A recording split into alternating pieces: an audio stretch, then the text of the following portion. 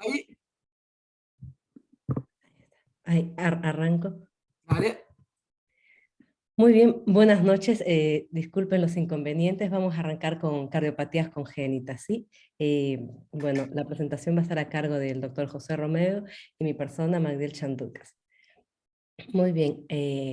La siguiente, por favor, Peque.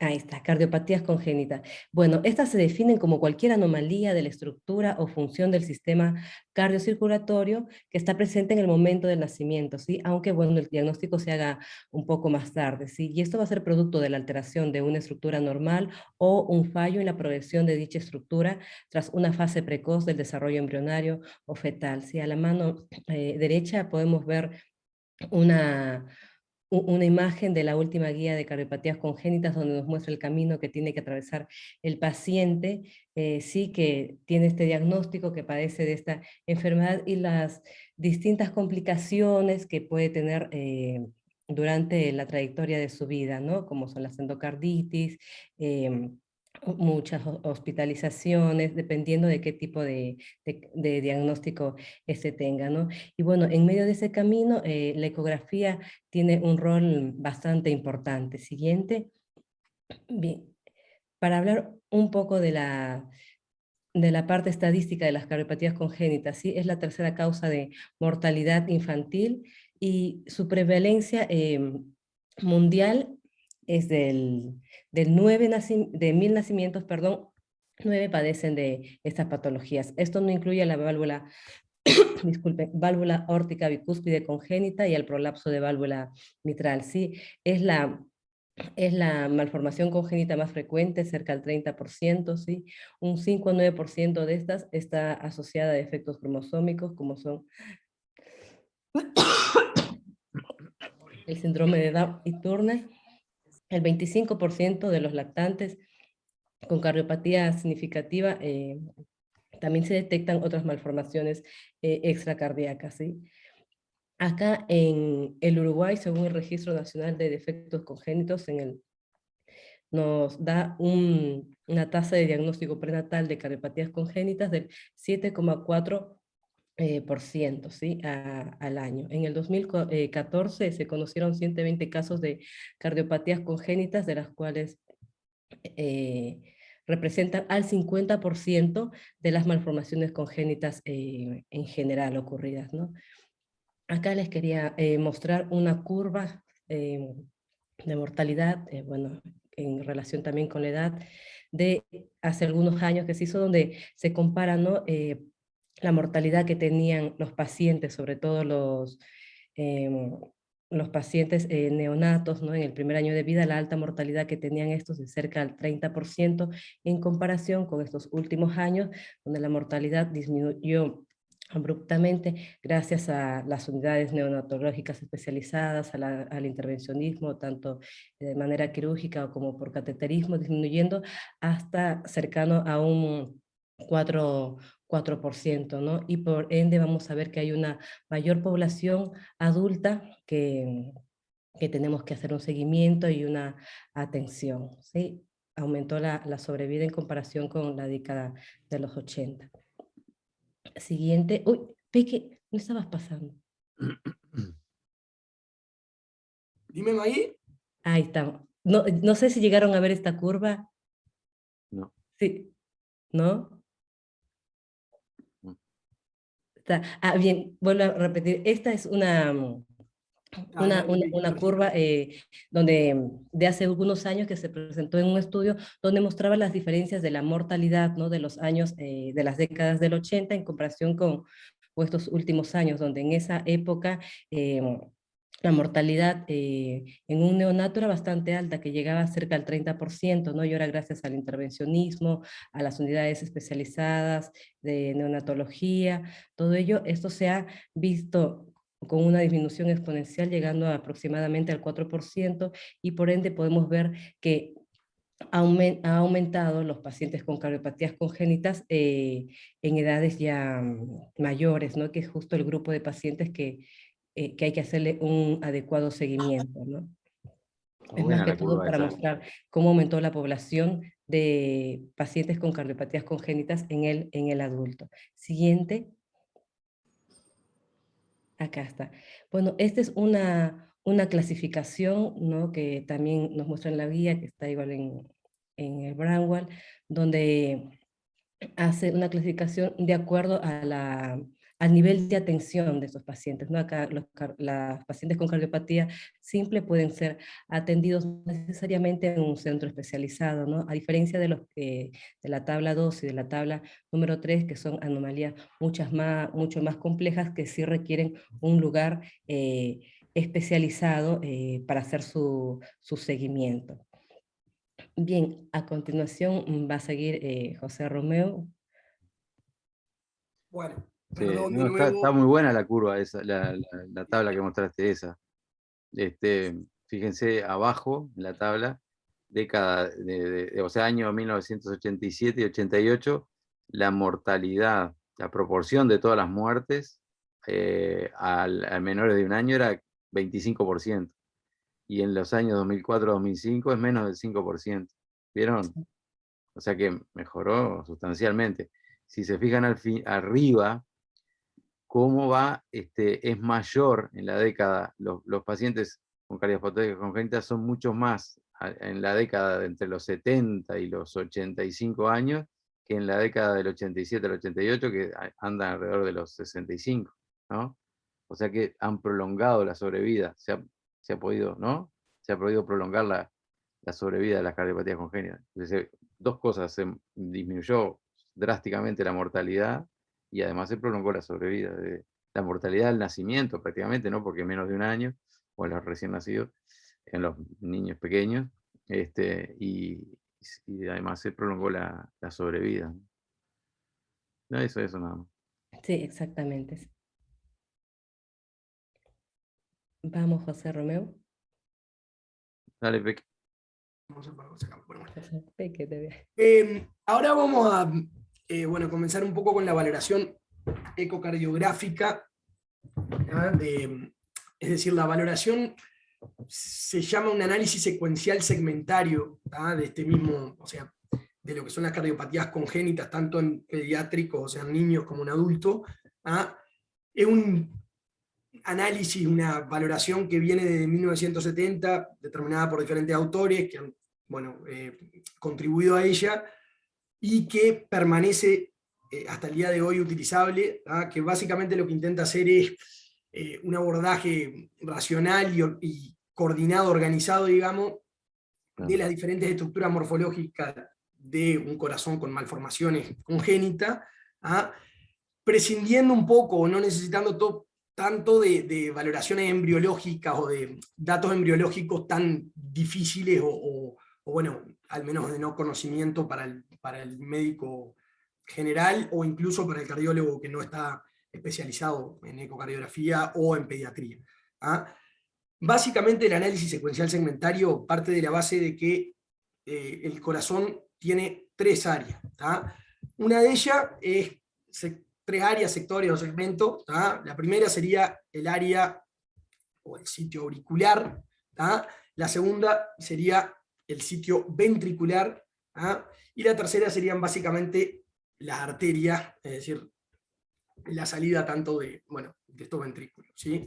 Aparte de eso, además del sitio auricular, tenemos que determinar los patrones del flujo venoso hacia esos sitios auriculares, las conexiones entre la aurícula y los ventrículos, y posteriormente también la salida arterial de esos ventrículos. Entonces, llevándolo a la primera parte, a esta primera, digamos, división de esta clasificación, de este estudio secuencial, tenemos la parte del sitio auricular o sector auricular, que fundamentalmente una de las cosas que dice este abordaje es que las estructuras auriculares, en este caso morfológicamente, más allá de las relaciones que pueda tener de contigüidad con diferentes estructuras, morfológicamente están caracterizadas por una determinada cantidad de factores. En caso de la morfología auricular, ahora vamos a hablar un poco de ella, y después podemos correlacionarla así con diferentes órganos, pero fundamentalmente de lo que parte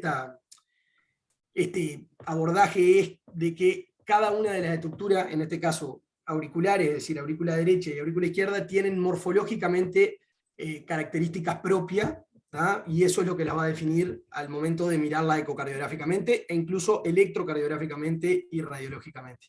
Entonces, empezamos primero por el sitio auricular, en el cual vamos a fundamentalmente valorar la morfología, la concordancia también con las diferentes vísceras y los patrones de flujo venoso. Después iríamos a la locación, esto es general, la localización ventricular, en la cual también vamos a mirar la morfología ventricular, la concordancia, perdón, entre bueno, la aurícula y los ventrículos, y posteriormente el eje basal a la apical, ahí estaríamos en la segunda parte, y por último serían las conexiones de las grandes arterias, que sería la tercera parte. Dijimos aurícula, ventrículo y arteria, que ahí básicamente se van a identificar las grandes arterias, la concordancia con los ventrículos, y la relación entre las grandes arterias y el septum ventricular. Entonces, yendo a la primera parte, esto que les decía, los tres sectores, segmento o sitio, esto de sitio viene del latín de sitio, pero no es únicamente referible a las aurículas en este caso, o sea, podemos referirlo a aurícula, ventrículo, a las vísceras.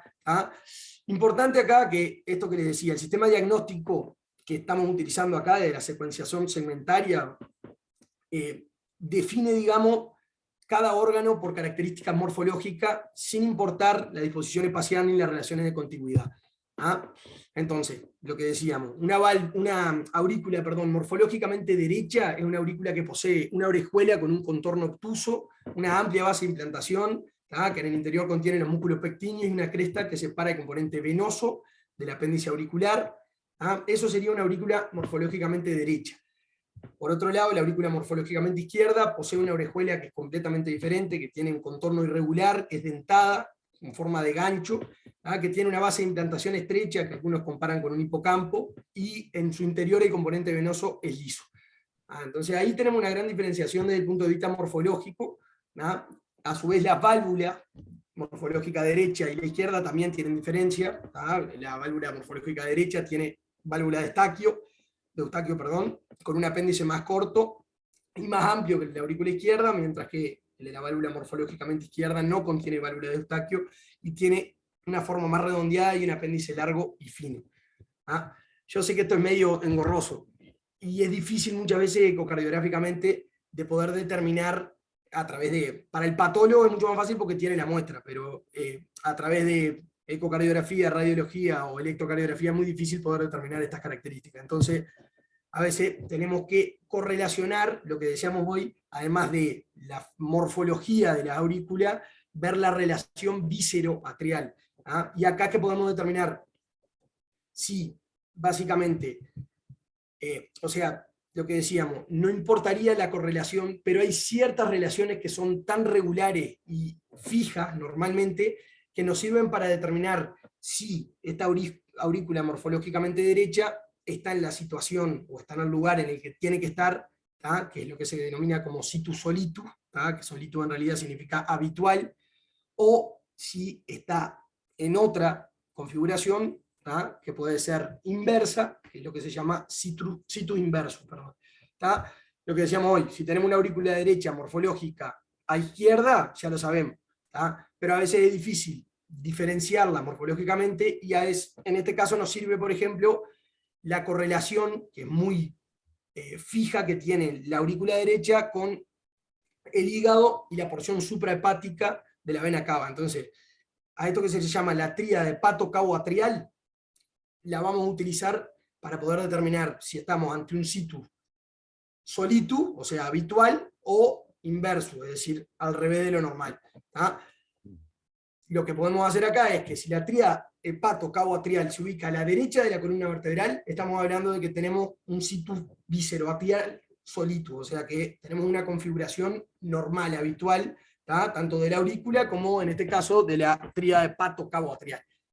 Lo podemos tener al revés, a la izquierda de la columna vertebral, si tenemos la tríada hepato-cavo-atrial en espejo, digamos, al anterior. Perdón, ¿se entiende eso? Sí, clarísimo. ¿Sí? Sí, sí. Perdón que me entreveré un poco con lo... Bueno, entonces acá un poco hemos visto todo, algún paciente, el año pasado creo que tuvimos en sala un paciente con situ inversus. Básicamente, acá esta imagen muestra un poco lo que decíamos, el cuerpo nuestro, o sea, nuestro organismo, a pesar de que por fuera parece ser simétrico, por dentro mantiene lateralización de diferentes órganos, tanto de lo que estábamos hablando, por ejemplo, el atrio derecho del atrio izquierdo, con las orejuelas que son diferentes, como también de otros órganos, por ejemplo los bronquios, que el bronquio fuente derecho es un bronquio más corto, que se ramifica antes en su bronquio, en sus ramas bronquiales, digamos, a diferencia del izquierdo, que es más largo, ¿no? Y que se ramifica posteriormente. El pulmón derecho es trilobulado, el izquierdo es bilobulado. Normalmente sobre el lado derecho del abdomen está el hígado y el ciego, mientras que sobre el lado izquierdo está el estómago y el vaso. Y de la misma manera también tenemos las sendas vasculares, que tenemos la vena cava inferior a derecha de la columna vertebral y la aórtica a izquierda. Ahí hablamos de un situ solitus. Si hacemos el espejo tenemos el situ inverso, pero hay otra posibilidad también, en la cual esta lateralidad que tenemos en el cuerpo, esta asimetría de un lado a otro, no se dé, es decir, esta lateralización de los órganos que estamos viendo tanto en el situ solitus como en el situ inverso, no se da, y a eso se le llama isomerismo, es decir, que son iguales a ambos lados. Ahora le vamos a entrar a eso. Acá hay un poco una imagen de lo que decíamos hoy, a través en realidad de un corte transversal, ¿no? A ver si se ve el coso acá, el mouse. Sí. A través, era lo que decíamos hoy, si uno va a la aurícula y quiere determinar a ver si la orejuela derecha es con contorno obtuso, yo no tengo ni idea, pero no sé, Arturo, vos que si Sí, mirando la aurícula vos podés definir si tiene contorno obtuso, o sea, si podés diferir más allá de las entradas vasculares, obviamente que está que los accesos vasculares de la aurícula derecha e izquierda van a ser diferentes, pero digo, morfológicamente, a través del ecocardiograma, tal vez no sea tan fácil poder definir si una es derecha o izquierda mirando nada más que la aurícula. La izquierda es más fácil, porque la orejuela izquierda es más fácil de identificar que la derecha, porque a veces, pero por transesofágico es bien fácil identificar la orejuela derecha. Sí. Pero sí. Pero en general uno busca la orejuela izquierda, donde está la orejuela izquierda, que siempre, como vos decís, y en el transtorácico la vemos habitualmente, la orejuela izquierda. Podremos ver si tiene trombo o no, pero verla, identificarla, sí. Claro. Bueno, claro, lo que decía era que, claro, que a veces se dificultaba un poco en verlo, o bueno, poder determinarlo a través de ya sea un electro, una radiografía o un eco, a nivel de la aurícula mismo, que en este caso nos sirve, por ejemplo, el corte transversal a nivel de los vasos, por encima ahí de la columna vertebral, que se ve acá, en el cual vemos una estructura que es la aorta a izquierda, que se ve bien circular, que bueno, si le hiciéramos Doppler va a tener un flujo pulsátil, a diferente de este que es irregular, que tiene un flujo fásico, que es la vena cava inferior, la vemos lateralizada, ¿no? O sea, vemos a la derecha la vena cava inferior y a la izquierda la aorta. En el situ inverso, al revés, ¿no? Pero acá va lo del isomerismo, que está buena la imagen esta. No es una estructura simétrica, como decíamos, posee la lateralización interna de su estructura, y ahí es que entran los isomerismos, que constituyen anomalías morfológicas, ya les digo, en los cuales se repiten configuraciones a ambos lados, y aparte de eso, asocian alteraciones importantes en la disposición de los órganos abdominales, que se denominan heteroataxias, que pueden ser variables. Entonces, en un isomerismo izquierdo existen dos aurículas morfológicamente izquierdas, que eran las que decíamos que tenían todo lo que habíamos hablado de la orejuela, que era de contorno irregular, dentada, que tenía una base de implantación estrecha, que parecía un hipocampo. Tiene dos de esas, y se asocian en forma bastante constante con dos bronquios fuentes izquierdos, que era lo que decíamos hoy, que son largos de bifurcación tardía, que ventilan pulmones morfológicamente izquierdos, que son bilobulados, y bueno, después el hígado normalmente puede variar, pero normalmente se da central. En el isomerismo izquierdo se ve un hígado central y múltiples vasos pequeños ubicados a la izquierda, que es lo que se llama poliesplenia. En el derecho, en el isomerismo derecho, existen dos aurículas morfológicamente derechas, que mantienen una relación bastante constante también con los bronquios fuentes morfológico derecho, ventilando pulmones morfológicamente derechos, o sea, trilobulados, y un hígado central, pero sin vaso. Normalmente se produce un síndrome esplénico en el isomerismo derecho y un poliesplénico en el isomerismo izquierdo. Algo a destacar acá, la aurícula mantiene una relación muy constante con los bronquios.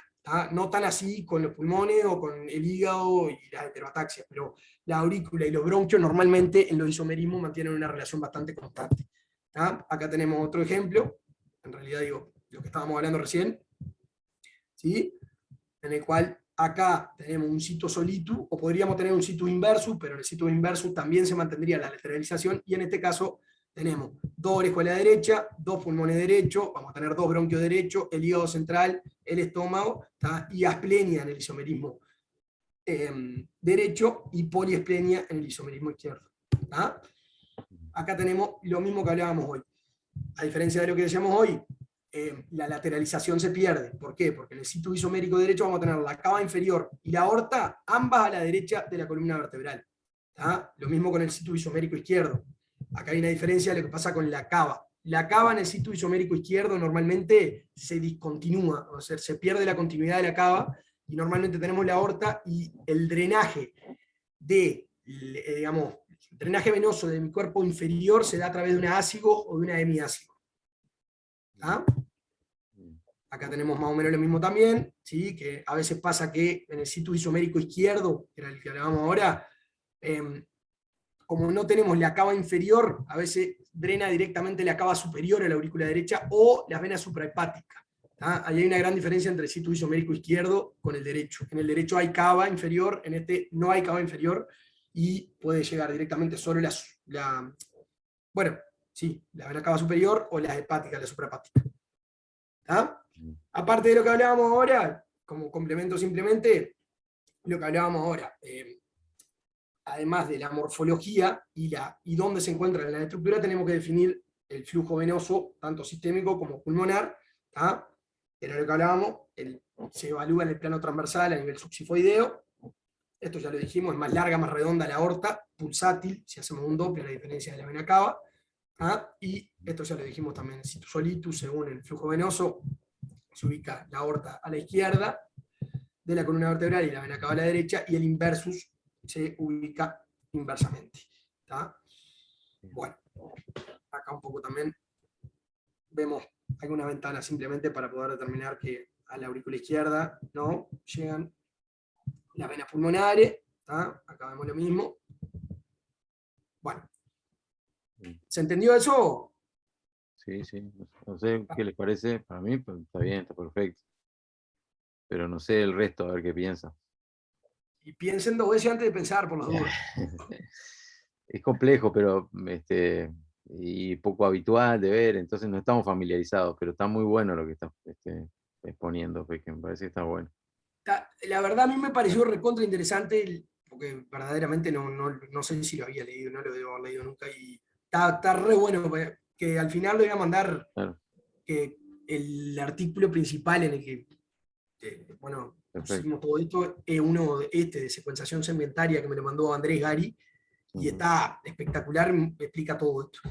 Bueno, muy bien. Sigo, que es largazo. Localización ventricular. Perdón, bueno. Acá en realidad entra un poco más lo embriológico, pero voy a intentar no hacerlo tan pesado. Dejamos la parte auricular y auricular o víscero-atrial, y los flujos venosos, y pasamos a la segunda parte, que era la localización ventricular. Recuerdan que dijimos 1 aurícula, 2 ventrículo y 3 vasos. Bueno, en este caso, más o menos la cardiogénesis se produce entre la tercera y la sexta semana, de edad gestacional, de la embriología, digamos. Generalmente, esto que se produce acá es lo que se llama disco embrionario. Alrededor de los 18 días, este disco embrionario pasa a ser más tubulado, ¿sí? Que es lo que se ve acá, que a esto se le llama granulación. Para un poquito que ahí llegó el lejos. Y bueno, me aguardan 2 segundos que el Leo está intentando entrar y está trancado. Perdón.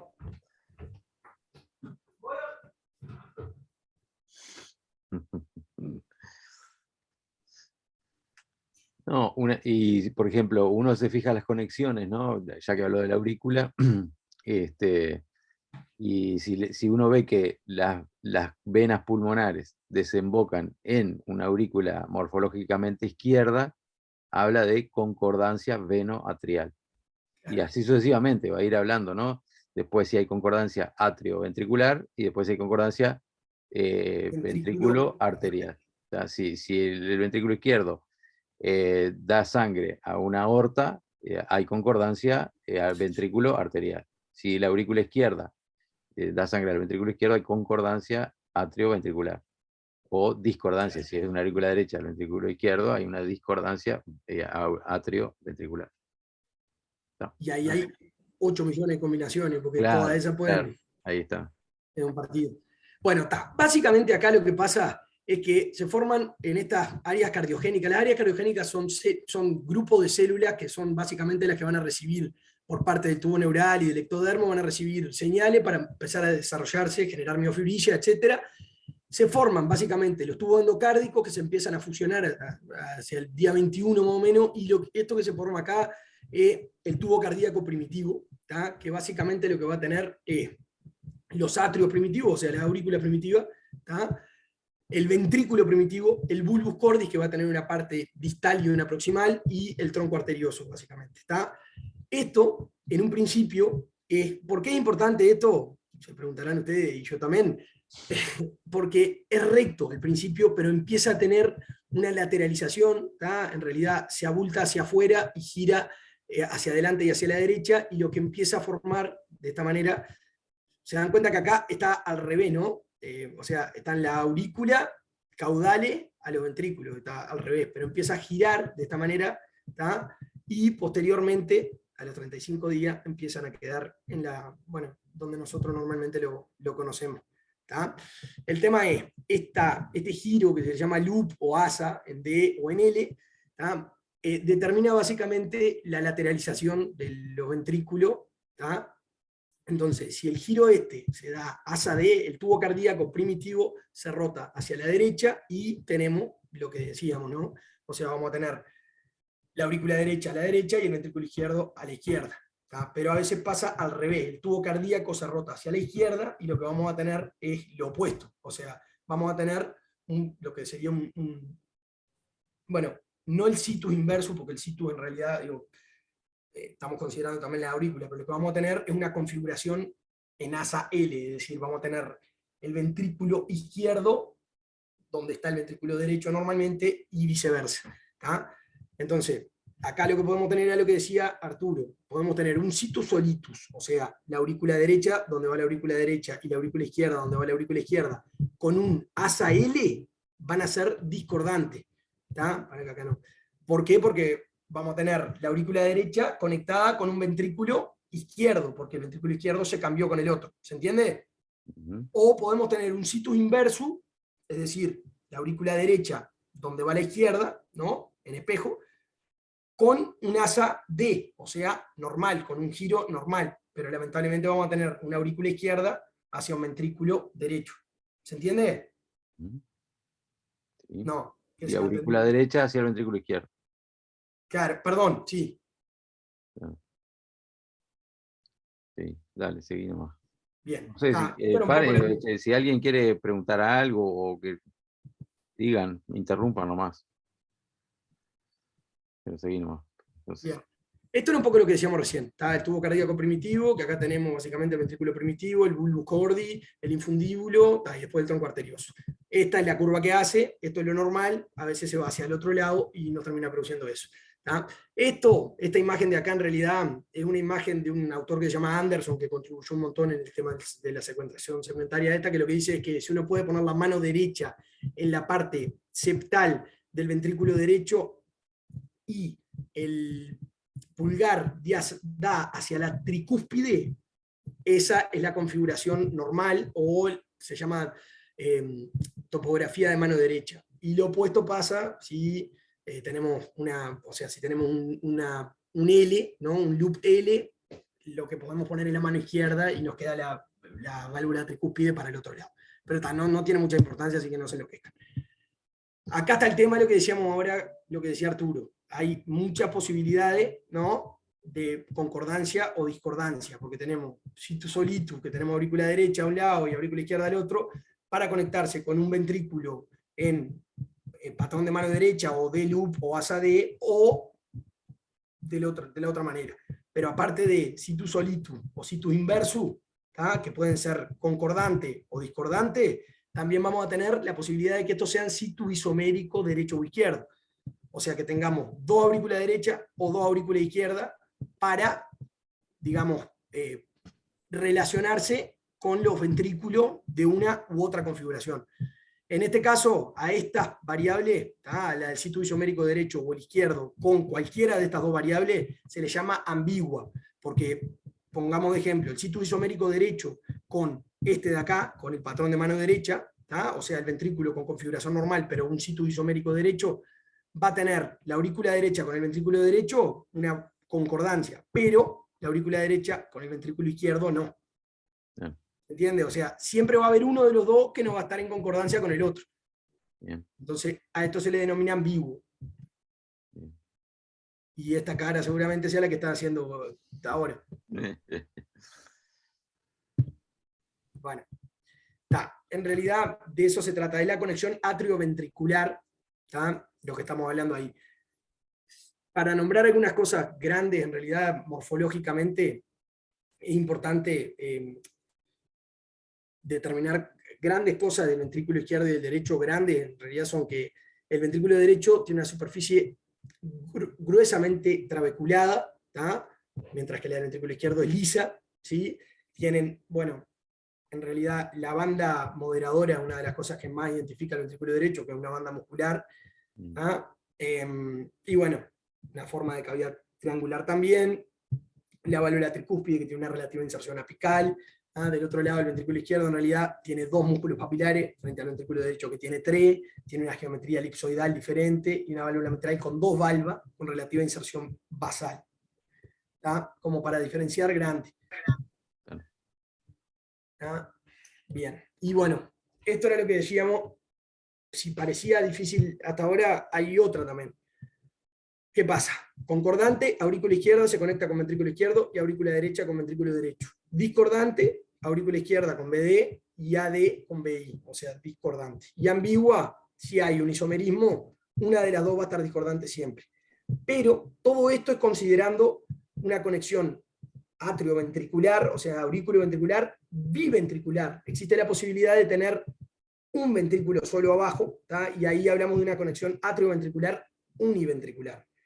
Y ahí tenemos dos tipos de conexiones entre dos aurículas y un ventrículo. Que tenemos doble entrada, que es lo que pasa acá, o sea, la aurícula derecha y la aurícula izquierda se conectan con el ventrículo izquierdo, o de esta manera, o la ausencia de una conexión, que en realidad hay uno de los dos que no conecta, por ejemplo acá la aurícula derecha, que si uno le clavara una aguja de este lado para acá, no se conecta la aurícula derecha con el ventrículo derecho, o viceversa, que esto acá es lo que pasa en realidad con la atresia tricuspidia o con la atresia mitral, que vamos a hablar más adelante.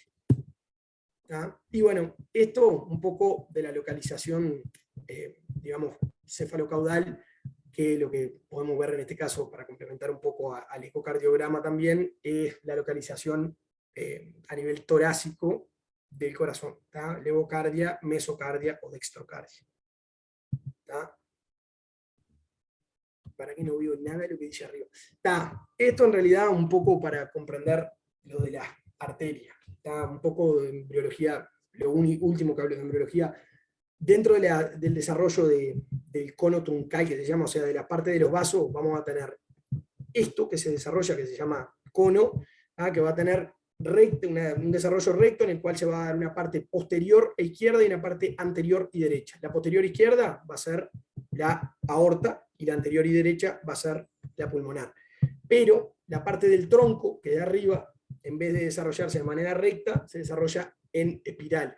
Entonces, esta aorta que salía posterior izquierda se termina relacionando arriba, anterior y derecha, y de manera opuesta, que salía anterior y derecha, la arteria pulmonar, se termina correlacionando arriba al salir, de manera posterior e izquierda. O sea, eso básicamente lo que nos da es cómo tenemos habitualmente los vasos sanguíneos, ¿no? La aorta y la pulmonar, que salen de manera opuesta, ¿no? Y terminan saliendo en hélice, digamos, del corazón. Bueno, y acá lo último, lo que decíamos, ya dijimos aurícula, dijimos ventrículo, y la correlación entre la aurícula y los ventrículos. ¿Sí?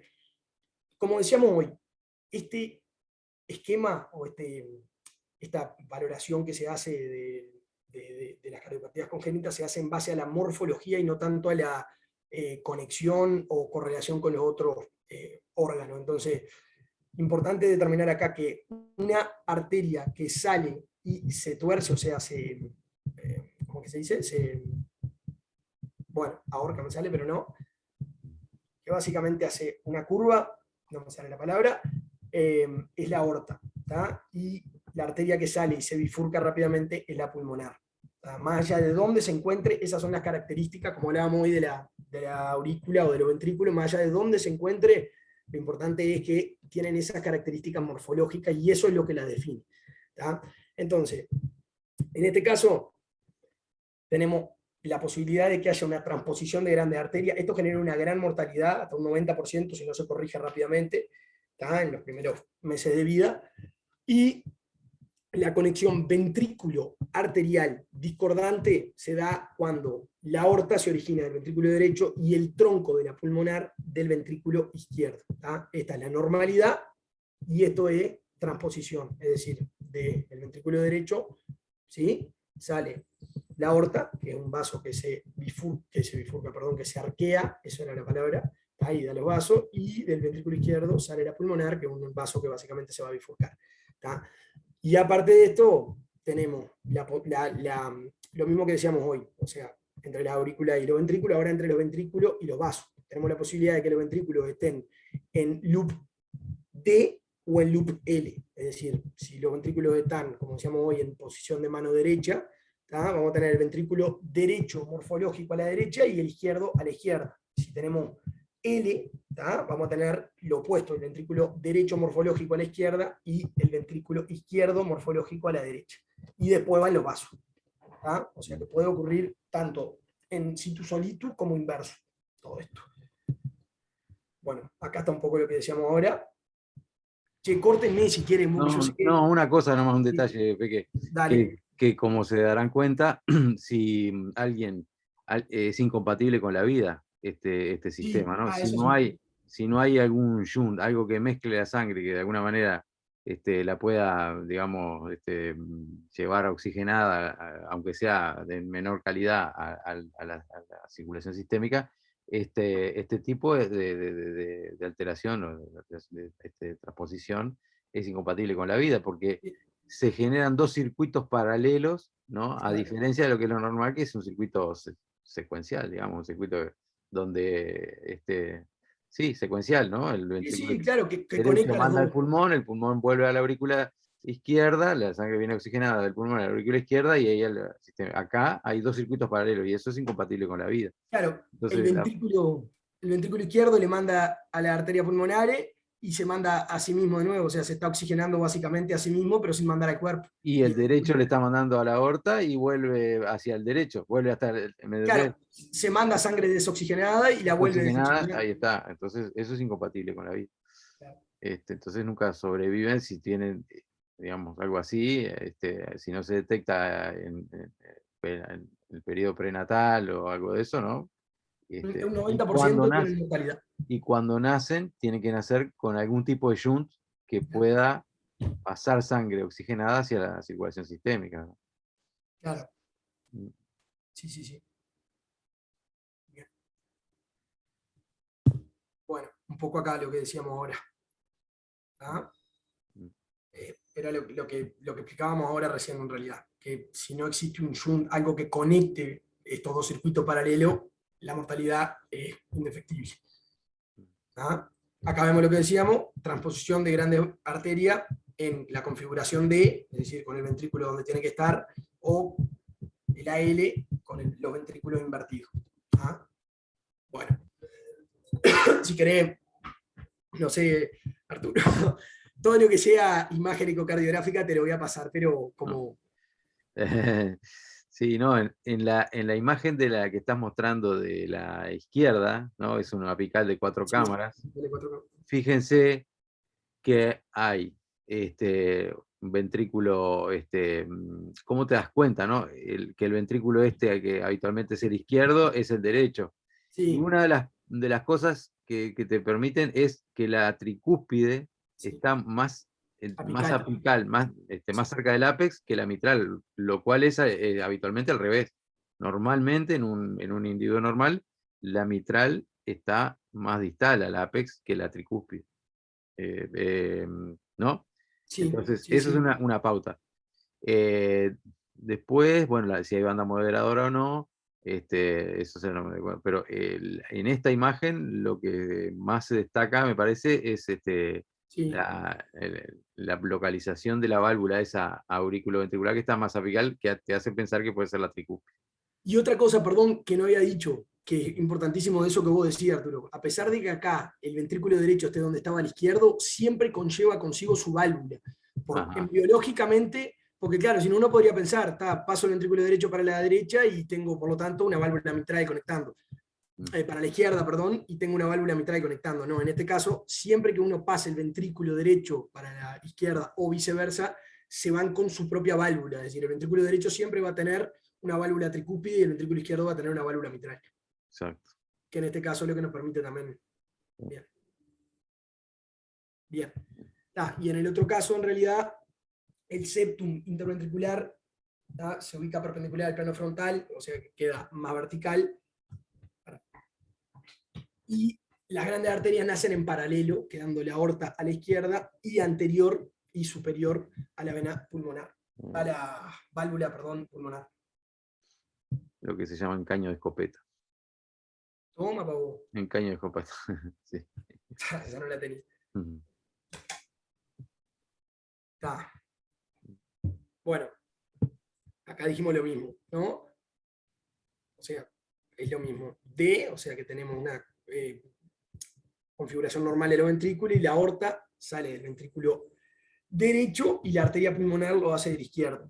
¿Tá? Es lo que decíamos hoy, la supervivencia natural hasta la vida adulta es completamente excepcional, ¿sí? Por lo que hablábamos, básicamente.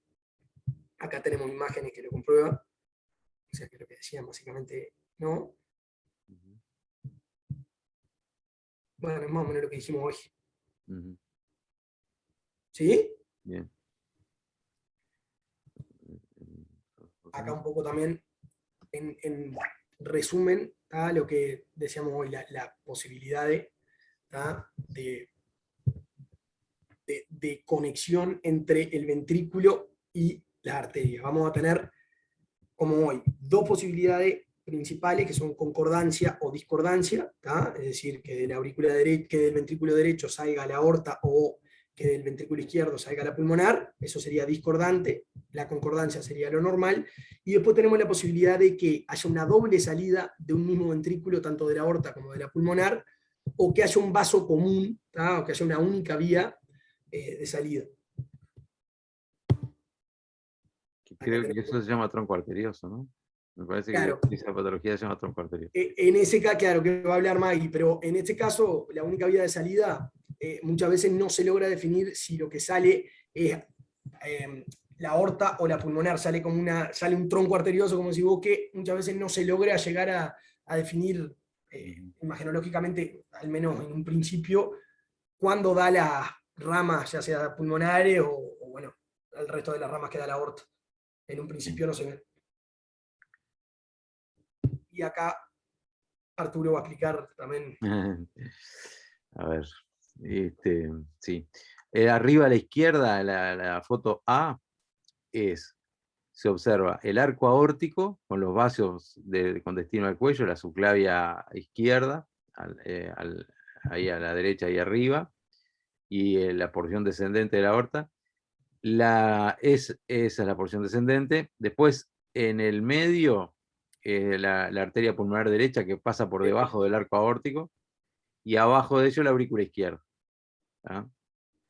Este es un enfoque también supraesternal, un poco modificado, ¿no? Dándole más grados, y ahí pueden ver la vena cava superior descendiendo al lado de la aorta, ¿no? La aorta ascendente. Detrás es como un eje, como un corte a 90 grados del anterior, ¿verdad? La arteria, la rama derecha de la pulmonar abajo y la aurícula izquierda más abajo. Es también supraesternal. Y acá abajo y a la izquierda parece que ese era un eje corto, ¿no? Un eje corto Sí, que tiene para externar eje corto, donde se ve ahí el ventrículo derecho, sobre todo el tracto de salida del ventrículo derecho, y el tracto de entrada, porque la tricúspide está ahí también, ¿la ven? sí, En el medio la aorta y el tronco de la arteria pulmonar a la derecha de la aorta. Y acá tiramos tiempo al pico. ahí va, ahí tiramos tiempo al pico. Siempre antes descartando que no haya estenosis pulmonar, Sí, sí, sí, sí, sí. porque si no, nos va a falsear la insuficiencia tricuspide, la presión pulmonar a través de la regurgitación tricuspide. Y el de abajo a la derecha, no sé bien lo que es. Es la aórtica y en realidad son las dos, la válvula aórtica Sí. y la válvula pulmonar. Pero no sé. Ah, en una transposición, que salen Sí, juntas. Está. Porque eso habitualmente no se puede, no se ve. Si están en planos diferentes, ¿vieron? Están como en el de abajo a la izquierda. sí. Pero si uno puede ver en dos ejes cortos las válvulas, ventrículo arteriales, o sea, las válvulas simoideas, también es algo patológico, ¿no? Y ahora vamos ahí.